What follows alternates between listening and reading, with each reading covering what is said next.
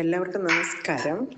ഇന്നത്തെ ഒരു ചെറിയ വീഡിയോ വൈകുന്നേരത്തെ ഒരു ചെറിയ കാപ്പിയുടെ ഒരു കടിയാണ്. ഒരു രുചിയുള്ള സാധനമാണ് ഇത്.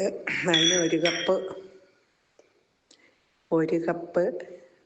മൈദപ്പൊടി, 2 മുട്ട, ആവശ്യത്തിന് നെയ്യ്, ഒരു 6-7 ഏലക്ക, പിന്നെ ഒരു കപ്പ് തേങ്ങ, ഒരു 1/2 കപ്പ് പാല്, ആവശ്യത്തിന് പഞ്ചസാര. അത് മൈദപ്പൊടി എടുത്തിട്ട് തേങ്ങയും മുട്ടയും ഏലക്കയും കൂടെ മിക്സിയിൽ അടിച്ച് ചേരുവ ഇതിലേക്കിടണം. പിന്നെ പഞ്ചസാരയും കൂടെ കൂട്ടി അടിക്കുവാണെങ്കിൽ ഒന്ന് അടിക്കുക, അല്ലെ പാത്രത്തിലേക്ക് ഇട്ടിട്ട് നന്നായിട്ട് അടിച്ച് യോജിച്ചാൽ മതി. പിന്നെ ഒരു ഉപ്പ്.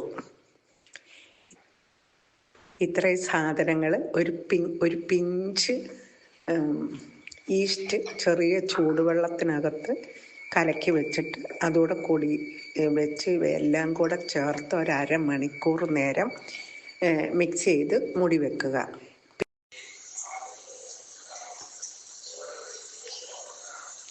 പിന്നീട് ദോശക്കല്ല് ചൂടാകുമ്പോൾ നെയ്യ് ചേർത്ത് നല്ല രീതിയിൽ ദോശക്കല്ലിൽ നെയ്യ് തേക്കുക. അതല്ലെങ്കിൽ വെളിച്ചെണ്ണയാണെങ്കിലും കുഴപ്പമില്ല.